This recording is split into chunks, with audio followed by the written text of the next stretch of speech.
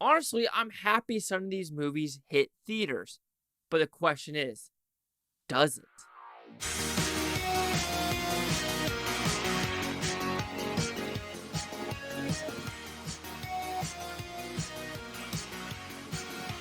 Chase Lee Hockey here with the Blue Futon reviewing The Retirement Plan, which is about pretty simple premise. Nicolas Cage is on retirement in the Cayman Islands. However, his granddaughter shows up on his doorstep, and know why? Because his daughter is in trouble, and now he has to come out of retirement, contact a bunch of old friends, and figure out why his daughter is in danger. So, do I like this film?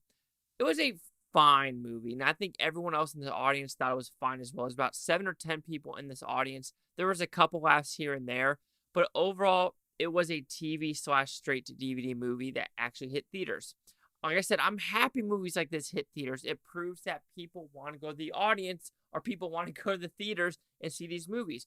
I wasn't the only one in this movie. However, when I saw Bottoms, I was the only one in this film. Satanic Hispanics, I was the only one. And it's kind of depressing that, you know, that some movies are the only things in there. But hey, I'm glad anything can hit the theater screen. But when we talk about the positives, I do think Nicolas Cage does a fantastic job, and this is a stacked cast. You have Joel David Moore, like I said, Nicolas Cage, Ashley Greene. You have Ron Perlman. You have Jackie Earle Haley. You have a lot of people in this movie. You're like, okay, this is impressive cast you're going with this style of movie. Because it didn't need to be this bombastically, come on. And Ernie Hudson. Like, seriously, you did not need to have this many people in this movie, but they did, so I give it props for that. I think it's just a fun, breezy, hour, 40-minute movie where you understand what's going to happen. You understand the bonds that are going to happen. You understand what kind of violence there is. But, again, you still have that cheap thrill, and you realize they don't have the budget, which they really wanted to do to, like, enhance the violence and enhance some of the locations that is given in this movie. So when talking about the positives, I'm pretty sure I already said the positives. The acting is pretty stacked, and I had no issues with the acting in this movie, which everyone knew their part. Everyone played their part pretty well. I think the locations are fun, and it does feel down to earth. It was nothing like, oh, we're going on this major skyscraper. We're going to do this crazy-ass action set piece. No, it was down to earth.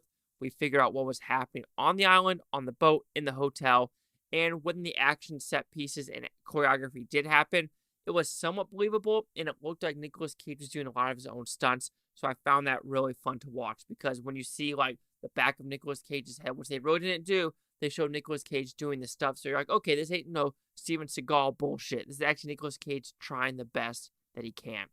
I think that is just a fun 50% movie, very down the road. You've seen the story before. You know the kind of the twists and turns that are going to happen. There is one at the very end where you're like, okay, I understand what they're trying to go for, and it is a interesting political message, which there are a couple political messages in this movie, especially one where it's like this girl's like, oh, that was my mom or dad calling because my mom might turn Republican, and the guy goes, well, I'm glad my parents are dead, and the girl's like, what? So I do think there's an interesting dynamic with that, saying, look, even though your parents might be politically different than you, it's better than them being alive than dead. And so there are some interesting messages like that where you're like, okay, I understand what you're going for, and it is some cool snippets they decided to do, but it's a movie. When the action set pieces do come along, like there's a one on the boat, one in the house, and one in a hotel room, unfortunately, they do look very cheaply shot, except the last one. I can say the last one they said, you know what? We're going to put the most budget on this one, and we're going to do it, try to have fun with it, and it does look like they are having fun. But overall, The Retirement Plan, it's a movie that's, very mid. And the best thing I can say about it is I had fun. However, it just had that feeling of a TV / straight to DVD film. So The Retirement Plan will receive a 2.5 out of 5 Futons. It was at 50%. We'll see the critics' news scores gave this one. So you have critics, 4 of them. Audience score is 62 or fewer than 50. I'm going to say either 25 or 50 with the critics. We have, all of them are positive. Damn.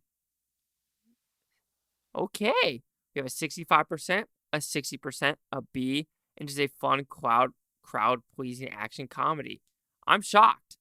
This movie doesn't take itself too seriously, but there was just some scenes where I'm just like, can you enhance this a little bit better or make this just a little bit more better actors?